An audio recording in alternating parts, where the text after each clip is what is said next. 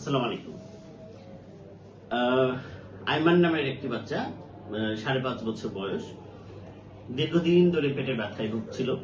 পেটের ব্যথার জন্য বিভিন্ন গ্যাসের ওষুধ এবং বিভিন্ন পরীক্ষা নিরীক্ষা করার পর তার আসলে সমাধান হচ্ছিল না। তারা পরে আমার কাছে আসে।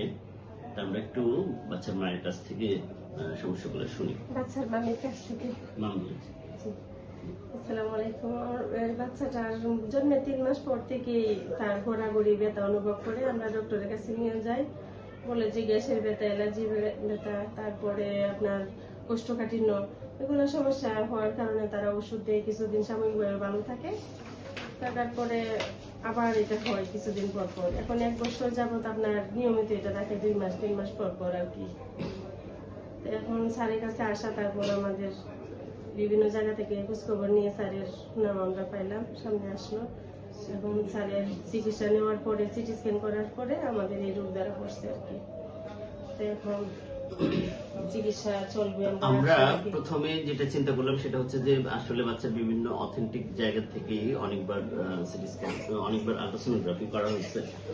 তো আমরা চিন্তা করলাম যে এই জিনিসটা টোটাল ইভালুয়েট করার জন্য তাকে CBC, urinary, chest X-ray, serum amylase, lipase, তারপরে যেটা আমরা মূলত যে জিনিসটা করতে ওনাদেরকে বললাম সেটা হলো সিটি স্ক্যান অফ অ্যাবডোমেন। এবং সিটি স্ক্যান অফ অ্যাবডোমেন করার পরে ওর খুব আনইউজুয়াল একটি সমস্যা ধরা পড়ে। সেটা হচ্ছে মেজর আর্টারি গুলো যেগুলো আছে, তার সেই মেজর আর্টারির চারপাশে লিম্ফ নোড গুলা ম্যাটেড, মানে লিম্ফ নোড গুলা এনকেস করে আছে, যার কারণে তার ওই প্রেশার ইফেক্টের কারণে তার ব্যথা হচ্ছে।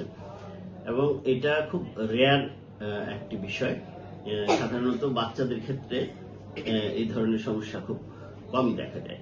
বাচ্চার যে বৃহৎ আর্টারি আছে যেগুলো পেটের ভিতরে, সেই বৃহৎ আর্টারির চারপাশে লিম্ফ নোড গুলা এনসার্কেল করে প্রেশার ইফেক্টের কারণে তার ব্যথা হচ্ছে। তো এই অনেক কারণেই হয়তো অনেক কারণেই এই ব্যথা, এই লিম্ফ নোড গুলো বাড়তে পারে।